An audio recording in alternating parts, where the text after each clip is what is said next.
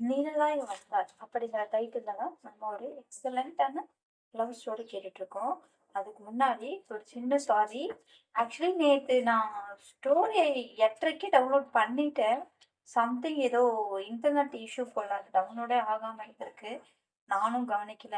வந்து டயர்ட்ல சாப்பிட்டுட்டு தூங்கிட்டேன். உங்களுக்கு எப்பயும் போல இது வந்துரும் அப்படின்னு நெனச்சேன். ஆனா நேத்து ரொம்ப லேட்டா தான் அப்லோட் ஆயிருக்கு. சாரி. நான் நெக்ஸ்ட் டைம்ல இருந்து செக் பண்றேன். இந்த மாரி எதுவும் ஆகாம இருக்கு. இன்டர்நெட் இஷ்யூப்பா. எதுவும் பண்ண முடியலப்பா. சாரிப்பா. ஓகே. சரி, ஓகே. நம்ம "நிழலாய் வந்தார்" அப்படிங்கிற டைட்டில்ல நேத்து வரைக்கும் என்ன நடந்துச்சு அப்படின்னு நம்ம ஒரு சின்னதா ஜஸ்ட் பார்த்துட்டு, அப்புறம் இன்னைக்கு என்ன நடக்க போகுது அப்படிங்கிறத பார்க்கலாம். நேத்து வரைக்கும் என்ன நடந்துச்சு? 2 பேருமே பார்த்தீங்க அப்படின்னா, சொல்லாம கொள்ளாம ஊருக்கு கிளம்பலாம் அப்படின்ட்டு கிளம்பிடுவாங்க. ரயில்வே ஸ்டேஷன்ல அன்எக்ஸ்பெக்டடா அவங்க அந்த சைடு, இவங்க இந்த சைடு இருக்கும். அந்த டைம்ல வேதாவோட ஹஸ்பண்டுன்னு சொல்லிட்டு ஒருத்தவங்க வந்து பார்த்தீங்க அப்படின்னா, அங்க ப்ராப்ளம் பண்ணிட்டு இருப்பாங்க. இவங்க திடீர்னு அன்எக்ஸ்பெக்டடா அவங்கள பார்த்துட்டு, ஸோ அந்த இடத்துல இல்ல, இது ஏன் வேதா அப்படின்னு சொல்லிட்டு ஒரு சின்ன ஃபைட் நடக்கும். அந்த இடத்துல ஃபைனலா ஒரு டிசிஷனுக்கு வருவாங்க. வேதா கிட்ட சொல்யூஷன விட்டுருவாங்க. வேதா யார் வேணும்னு முடிவு எடுக்குறாங்களோ, அவங்க கூட தான் அவங்க இருக்க போறதா அப்படிங்கிற மாரி அவங்க அவங்க ஒரு அவங்க கிட்ட டிசிஷன் விட்டுருவாங்க. ஸோ இதுவரைக்கும் இருக்கு. இதுக்கப்புறம் என்ன நடக்க போகுது அப்படின்னா, அவங்க எல்லாருமே கேட்டுட்டு இருப்பாங்க. அனு ஒரு பக்கம் கதறிக்கிட்டு இருப்பா. அந்த பெர்சன் வந்துட்டு, அவ சைலன்ட்டா இருக்கும்போதே தெரியலையா, அவளுக்கு என் கூட தான் வரணும்னு விருப்பம். நீ தான் தேவையில்லாம இங்க ஒரு பிரச்சனைய கிரியேட் பண்ணிட்டு இருக்க. உன் வேலைய பாரு அப்படின்னு சொல்லிட்டு, அந்த பெர்சனும் பேசிட்டு இருப்பாங்க. இவங்களும் வந்துட்டு, "ஏய் இல்ல, நான் நம்ப மாட்டேன். இந்த வேர்ட வேதா சொல்லட்டும், நான் கேட்கிறேன். நீ சொன்னா நான் கேட்க மாட்டேன்" அப்படின்னு ரொம்ப பிடிவாதமா இருப்பாங்க. அப்போ போலீஸ்காரங்கலாம் இருந்துட்டு, "இங்க பாருங்கம்மா, இந்த பிரச்சனைய இதோட முடிச்சுக்கோங்க. அந்த பொண்ணுக்கு யார் கூட போகறதுக்கு விருப்பமோ அவங்க போய் தாராளமா போலாம். தவிர இங்க யாராவது பிரச்சனை பண்ணீங்க அப்படின்னா, அப்புறம் அவ்வளோதான்" அப்படின்னு சொல்லிட்டு போலீஸ்கார் சாரும் சொல்லிடுவாங்க. சரின்ட்டு இப்படியே பேசிட்டு இருப்பாங்க. வேதா வாயவே திறக்க மாட்டாங்க. அந்த குட்டி பையன் ஸ்ரீ இருக்கான் இல்லையா, அப்படியே அவங்க அம்மாவ ஒட்டிக்கிட்டு இருப்பான் பயத்துல. என்ன பண்றது? ஏது பண்றதுன்னு தெரியாம ஒட்டிக்கிட்டு இருப்பாங்க. இப்படியே அந்த ஃபைட் நடந்துட்டு இருக்கும்போது, அனு அவங்க அம்மா இருந்துட்டு ரொம்ப நேரம் வேடிக்கை பார்த்துட்டு வந்துட்டு, திடீர்னு உள்ள என்ட்ரி ஆயி, "என்ன வேதா? ஏன் இவ்ளோ சைலண்டா இருக்க? உன் அனு கூப்பிடுறால்ல, ஏதாவது பேசு" அப்படிம்பாங்க. அந்த ஒரு வார்த்தை தான். அந்த ஒரு வார்த்தை அவங்க சொன்னதும், அனு அனுக்கு ஷாக் ஆயி அப்படியே நின்னுட்டு இருப்பாங்க. வேதாவுக்கு என்ன பண்றதுன்னு தெரியாம அப்படியே பயங்கரமா அழுதுகிட்டு ரொம்ப எமோஷன் ஆயி ஓடி வந்து அவங்க அம்மாவ ஹக் பண்ணிட்டு, "எனக்கு ப்ளீஸ்மா, எனக்கு அனுவ எனக்கே குடுத்துருங்க" அப்படின்னு சொல்லிட்டு அவங்க அவங்க பயங்கரமா கெஞ்சுவாங்க. "ஏய்! இப்ப நானே என்ன சொன்னேன்? உன் அனு கூப்பிடுறால்ல, பதில் பேசுன்னு தானே சொன்னேன்" அப்படின்னு சொல்லிட்டு அவங்க சொல்லுவாங்க. "ரொம்ப தேங்க்ஸ்மா" அப்படின்னு சொல்லிட்டு இவங்க அழுதுகிட்டு அவங்கள ரொம்ப ஹக் பண்ணிப்பாங்க. டைட்டா ஹக் பண்ணிப்பாங்க. அந்த எமோஷனல் ஒரு அம்மாவ ஹக் பண்ணும். அது அது ஒரு குட்டி உங்களுக்கு ஆல்ரெடி தெரியும். நானும் நெறைய சொல்லியிருக்கேன். பட் அந்த ஒரு ஃபீல் அந்த ஒரு மன கஷ்டத்துல வேதா இருக்கும்போது, இவங்க ஒரே வார்த்தை, "உன் அனு கூப்பிடுறால்ல, ஏன் இப்படி பேசாம நிக்கிற?" அந்த ஒரு வார்த்தை அவங்களுக்கு உலகமே அவங்க கையில திரும்பி வந்த மாரி இருந்துச்சு. உடனே அவங்க எமோஷனல் ஆயி ஃபீல் பண்ணி, அவங்க அம்மாவ ஹக் பண்ணி அழுக ஆரம்பிச்சுருவாங்க. அதுக்கப்புறம், "இப்ப புரியுதாடா? அவ யார் கூட இருக்கணும்னு விரும்புறா அப்படின்ட்டு. மரியாதையா இந்த இடத்த விட்டு கிளம்பிடு" அப்படின்னு அனு சொல்லுவாங்க. அனு சொன்னதும் அவனுக்கு வேற வழி இல்ல. ஏன்னா போலீஸ்காரங்க சார் அப்படி சொல்ட்டாங்கல்ல. அவங்களும் சொல்லுவாங்க, சாரி. அவங்களும் சொல்லுவாங்க, "அதான் அந்த பொண்ணு அவங்க கூட தானே இருக்க விருப்பப்படுறா. நீ ஃபர்ஸ்ட் இடத்த காலி பண்ணு" அப்படின்னு சொல்லிட்டு அவங்களுக்கு சொல்லுவாங்க. "இங்க பிரச்சனை பண்ணக்கூடாது. கிளம்பு, கிளம்பு தம்பி கிளம்பு" அப்படின்னு சொல்லிட்டு கிளப்பி விட்டுருவாங்க. உங்களுக்கு பயங்கர அழுகாயிடும்.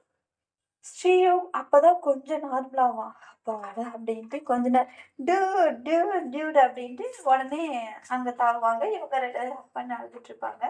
அ அ அவன் அனு வந்து அந்த ஸ்ரீய வந்து தூக்கி புடிச்சுப்பாங்க. புடிச்சுக்கிட்டு 2 பேரும் சரி, ஓகே.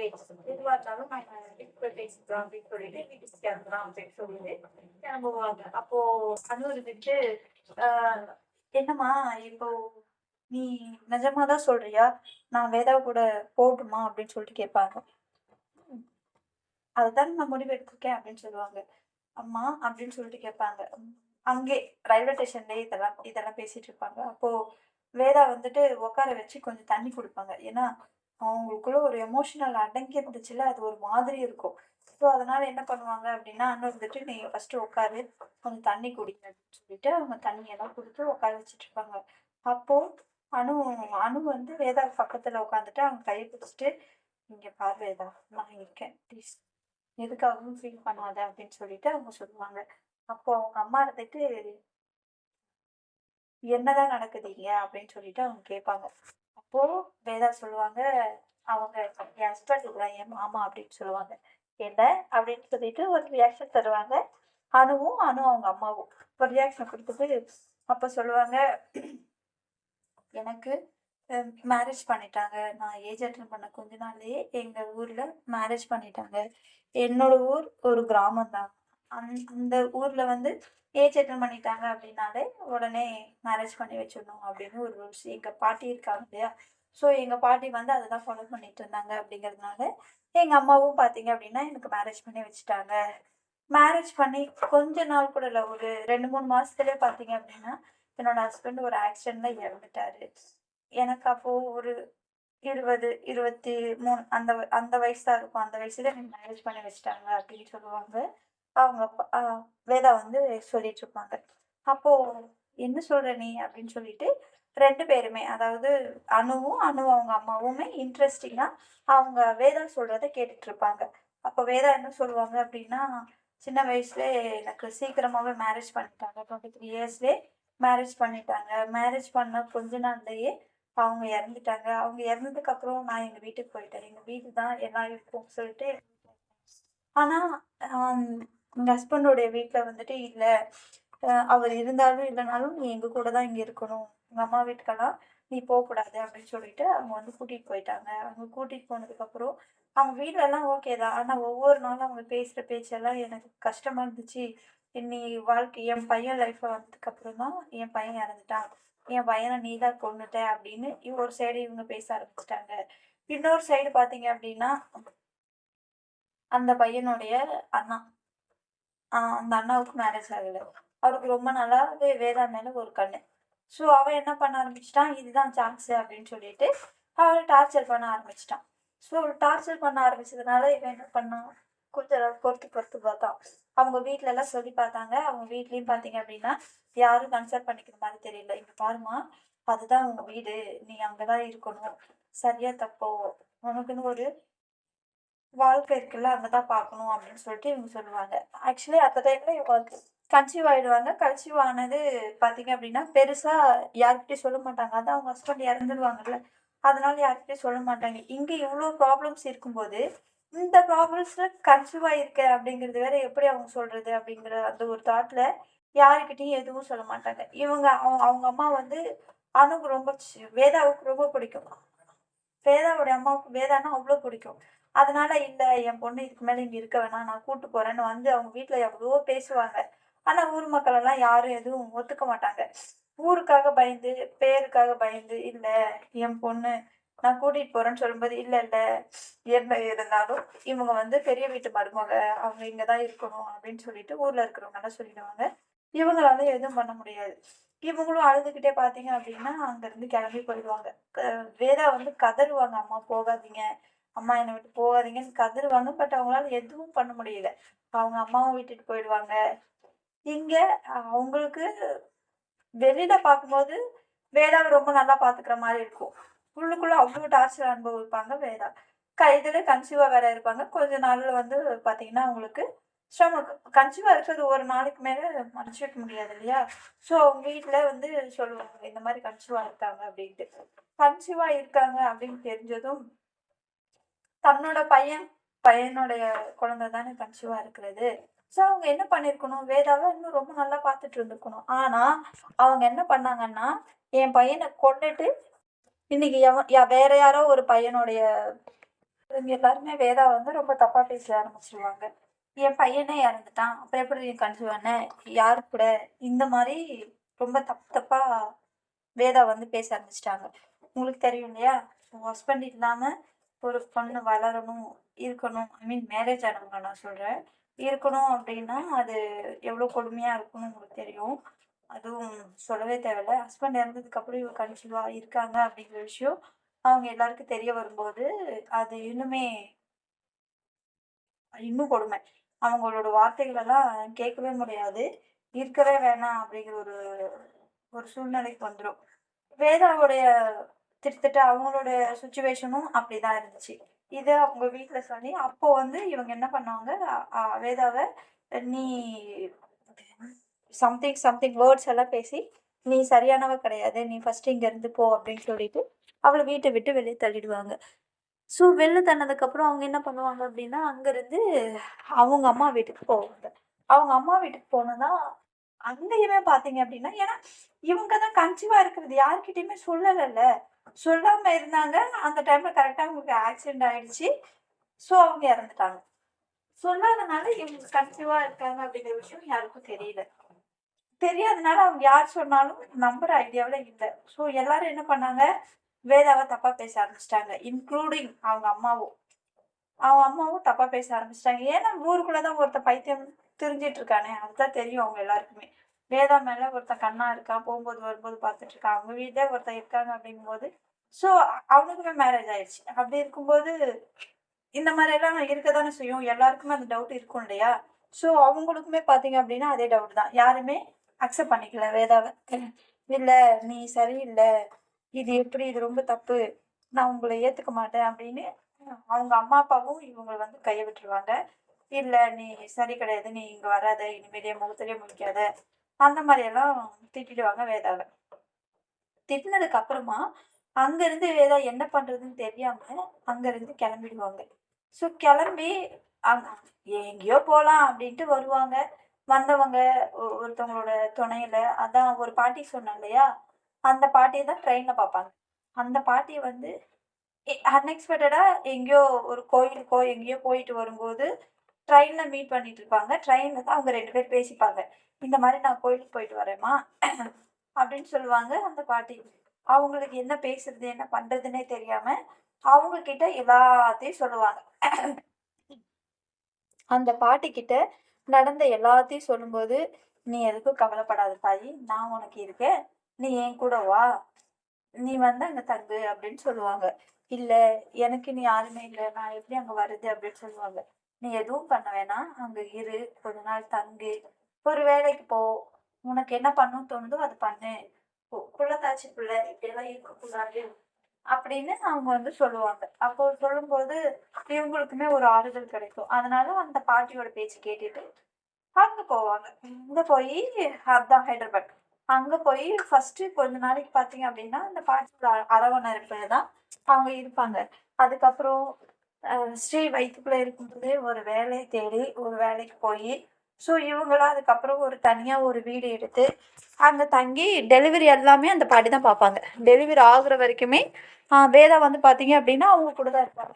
ஆஃப்டர் டெலிவரிக்கு அப்புறம் தான் இவங்க தனியா ஒரு வீடு சாரி தனியா ஒரு வீடு தேடி இவங்க வருவாங்க. அது முன்னாடி வரைக்கும் அந்த பாட்டி கூட தான் இருப்பாங்க வேதா. ஸோ டெலிவரி வரைக்கும் அவங்க இருப்பாங்க. அதான் ஹைதராபாத்ல அணுக்கு வேதாவுக்குன்னு இருக்கிற ஒரே உறவு அவங்க மட்டும்தான். இந்த ஒரே உறவு அவங்க மட்டும்தான். அவங்கள தான் நல்லா பார்த்துட்டாங்க. இப்போ கூட அங்கேருந்து வந்ததுக்கு ஒரே ரீசன் அணுவ அவங்களால மறக்க முடியல அப்படிங்கிறதுனால தான். சரி ஃபர்ஸ்ட் எங்கேயாவது போலாம் அப்படின்ட்டு கிளம்புவாங்க. கிளம்புற இடத்துல தான் இந்த மாதிரி இது எல்லாமே பார்த்ததுக்கப்புறம் அனு அவங்க அம்மா இவ்வளோ நடந்திருக்கு. ஒரு பொண்ணோட வாழ்க்கையில இன்னும் என்ன வேணாலும் நடக்கிறதுக்கு சான்சஸ் இருக்கு. உனக்கு அணு துணையா இருப்பா. அணு துணையா இருந்தா நீ கம்ஃபர்டபுளா ஃபீல் பண்ணுவ. ஸ்ரீயும் ஹாப்பியா இருப்பான் அப்படின்னா நான் கண்டிப்பா அதுக்கு நான் ஒத்துக்கிறேன். எனக்கு எந்த பிரச்சனையும் இல்லை. நீங்க 2 பேரும் இப்படியே ஹாப்பியா இருங்க அப்படின்னு சொல்லிடுவாங்க அனு அவங்க அம்மா. உங்களுக்கு ஒரே ஷாக்கிங்கா இருக்கும். நான் சொல்றேன்ல நீங்க 2 பேரும் கிளம்புங்க. நான் ஊருக்கு போறேன். கொஞ்ச நாள் 2 பேரும் ஒண்ணா இருங்க. நான் உங்க அப்பா கிட்ட நான் பேசுறேன் அப்படின்னு. இவங்க அம்மா டக்குனு மனசு மாறுனதும் இவங்க எல்லாருக்குமே ஒரு ஷாக்கிங்கா இருக்கும். இவங்க சொல்றது உண்மையா? பொய்யா? இல்ல சும்மா சொல்றாங்களா? ஏன்னா இவ்ளோ நேரம் வாக்குவாதம் பண்ணிட்டு இருந்தவங்க, ஜஸ்ட் ஓகே அப்படின்னு சொன்னதும் இவங்களுக்கு அக்செப்ட் பண்ணிக்க முடியல. அப்போ இருந்துட்டு அவங்க அம்மா சொல்லுவாங்க, "நான் உங்க கூட இவ்ளோ தூரம் சண்டை போட்டதுக்கு காரணம், ஜஸ்ட் பிடிச்சதுனால நீங்க 2 பேரும் ஒண்ணா இருக்கீங்களா? ஒருத்தருக்கு ஒருத்தர் இல்லாம இருக்கீங்களா?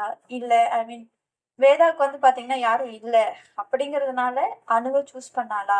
இல்ல நீ அவளோட அழகு சம்திங் இதனால நீ அவள சூஸ் பண்ணியா? உங்களோட காதல்ல நீங்க 2 பேரும் எந்த அளவுக்கு ஸ்ட்ராங்கா இருக்கீங்கன்னு எனக்கு தெரிஞ்சுக்கணும்னு நான் ஆசைப்பட்டேன். அதனால தான் நான் இவ்ளோ பண்ணேன் அப்படின்னு அவங்க அம்மா சொல்லுவாங்க.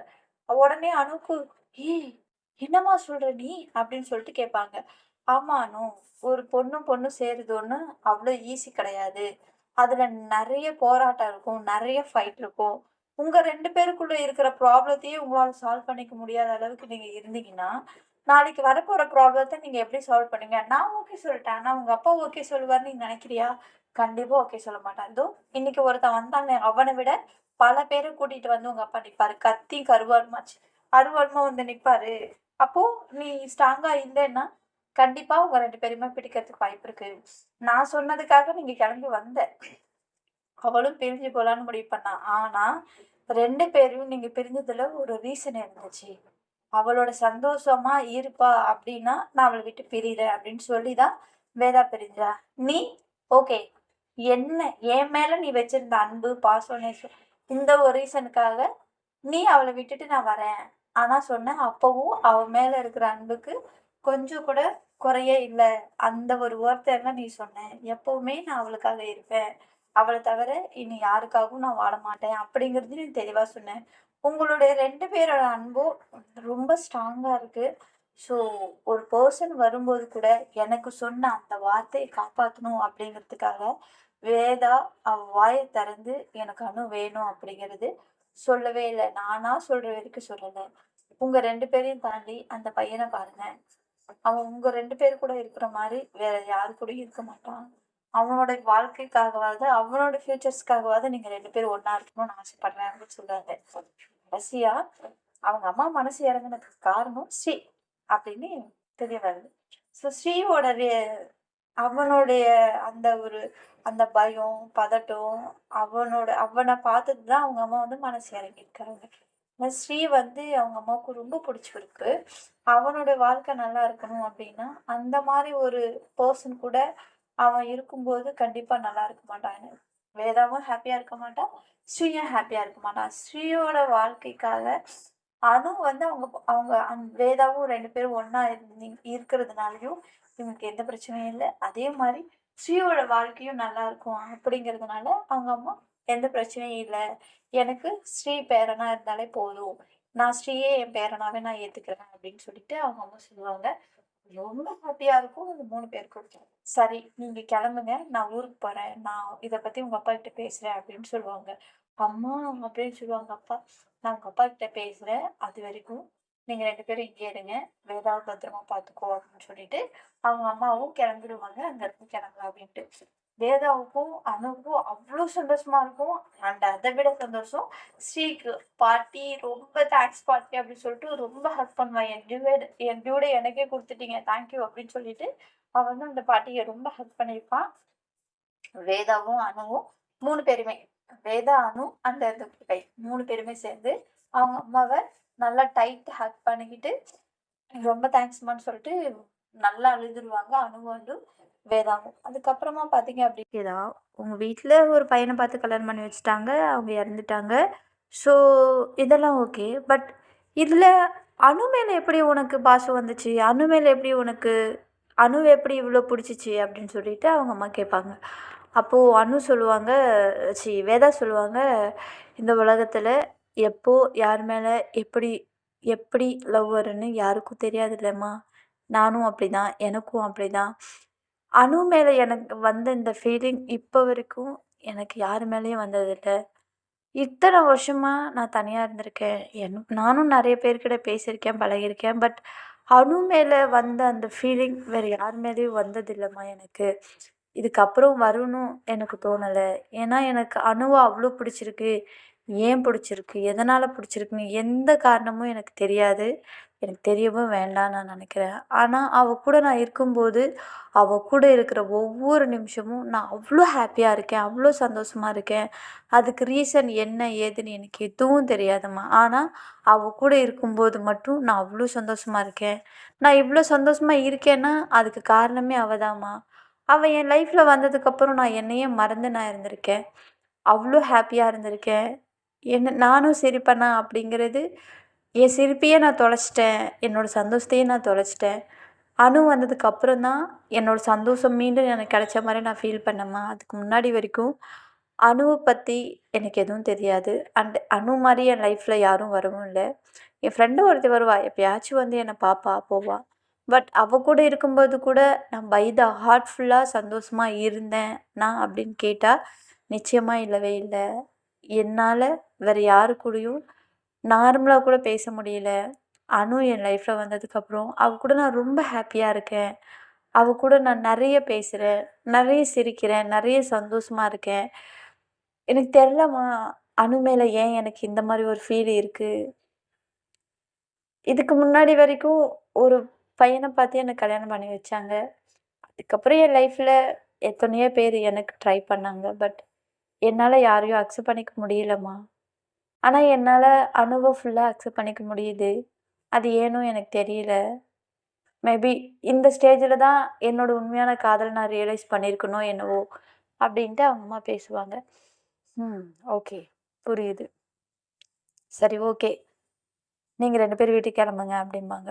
உடனே அவங்க 2 பேருக்கும் ஷாக் ஆயிடும். என்னம்மா என்ன சொல்றீங்க? அப்டின்னு சொல்லுவாங்க. இங்க பாருங்க. உங்களோட 2 பேரோட காதல்லயும் இவ்ளோ அழகான, ஆழமான அன்பு இருக்கு அப்டிங்கிறது புரிஞ்சுக்காம இருந்தது என் தப்பு தான். என்ன மன்னிச்சிடுங்க. அப்படின்னு அவங்க 2 பேர்கிட்டயும் அவங்க அம்மா சாரி சொல்லுவாங்க. ஐயோ! அம்மா என்ன பேசுறீங்க? அப்படின்னு சொல்லுவாங்க. அணுவும், வேதாவும். ஆமா. உங்க 2 பேருடைய ஃபீலிங்ஸ்க்கும் நான் மரியாதை குடுக்காம, ஊர் உலகத்துல இருக்கிறவங்க, என்னோட ஹஸ்பண்ட், அனுவோடைய அப்பா. ஸோ அதான் அனுவோடைய அப்பா. இவங்கெல்லாம் என்ன நெனைப்பாங்க? என்ன பேசுவாங்கன்னு மட்டுமே நான் யோசிச்சேனே தவிர, உங்களோட ஃபீலிங்ஸ் என்ன? நீங்க என்ன ஆசைப்படுறீங்க? நீங்க எப்படி இருக்கணும்னு ஆசைப்படுறீங்க? நீங்க எந்த வாழ்க்கைய வாழணும்னு ஆசைப்படுறீங்கன்னு நான் யோசிக்காம விட்டுட்டேன். தப்பு என்னோடது தான். நான் உங்கள புரிஞ்சுட்டு இருந்திருக்கணும். ஒரு அம்மாவா, ஒரு மனுஷனா, ஒரு பொண்ணா உங்களோட ஃபீலிங்ஸ நான் புரிஞ்சிருக்கணும். ஆனா, நான் இந்த விதத்தில எதுவுமே இல்ல. ஒரு அம்மாவாவும் இல்ல, ஒரு பொண்ணாவும் இல்ல, ஒரு மனுஷியா கூட இல்லாம, உங்க ஃபீலிங்ஸுக்கு நான் தடை சொல்லியிருக்கேன். நோ சொல்லியிருக்கேன். கொஞ்சமாவது நான் உங்க ஃபீலிங்ஸ நெனச்சு யோசிச்சிருக்கணும். தப்பு என் மேல தான். ஐ அம் ரியலி சாரி அப்படின்னு சொல்லுவாங்க அவங்க அம்மா. ஐயோ! அம்மா அப்படியெல்லாம் எதுவும் இல்ல. எல்லா அம்மாக்களும் ஆசைப்படுறது தானே நீங்களும் ஆசைப்பட்டீங்க. கரெக்ட்டு தான். எல்லா மக்களும் இருந்த மாரி நான் இருந்திருக்கேன். அனுவுக்கு நான் எப்பவுமே அம்மா மட்டும் இல்ல, ஒரு நல்ல ஃப்ரெண்டாவும் இருந்திருக்கேன். இந்த விஷயம் கேள்விப்பட்டதும், தெரிஞ்சதும் நான் அம்மா மட்டும் தான் இருந்திருக்கேன் ஃப்ரெண்டா. ஒரு செகண்ட் கூட அவளுக்கு இல்ல. நான் அதுதான் நான் பண்ண தப்பு அப்படின்னு சொல்லுவாங்க. அனு அவங்க அம்மா. ஐயோ! அம்மா நீங்க இப்பயாவது புரிஞ்சுக்கிட்டீங்களே எங்களுக்கு அதுவே சந்தோஷம் அப்படின்னு சொல்லிட்டு 2 பேருமே சொல்லுவாங்க. சரி ஓகே. நீங்க கிளம்புங்க அப்படி சொன்னா, அம்மா நீங்க நான் ஊருக்கு போறேன். நான் இத பத்தி உங்க அப்பா கிட்ட நான் பேசுறேன். ஆனா என்னால உடனே பேச முடியும்னா, முடியாது. கொஞ்சம் டைம் வேணும். ஸோ நீங்க 2 பேரும் ஹாப்பியா இருங்க. எப்படியாவது நான் உங்க அப்பாவ சமாதானம் பண்ணிடுவேன் அப்படின்னு சொல்லிட்டு அவங்க அம்மா அங்கருந்து கிளம்பிடுவாங்க. இவங்களும் பார்த்தீங்க அப்படின்னா, உடனே வேதாவ ஒரு ஹீரோ மாதிரி அவங்க கைய பிடிச்சிக்கிட்டு, உடனே அந்த ஸ்ரீய தூக்கிக்கிட்டு, "வா நம்ம வீட்டுக்கு போலாம்" அப்படின்னு சொல்லிட்டு ரொம்ப ஹாப்பியா, சந்தோஷமா 3 பேரும் அங்கருந்து கிளம்புவாங்க. அவங்க அம்மாவும் அங்கருந்து ஊருக்கு கிளம்பிடுவாங்க. ஸோ நானும் ஸ்டோரிய சொல்லிட்டேன். ஸோ நாளைக்கு ஸ்டோரி என்னங்கிறது நெக்ஸ்ட் எபிசோட்ல நம்ம பார்க்கலாம்.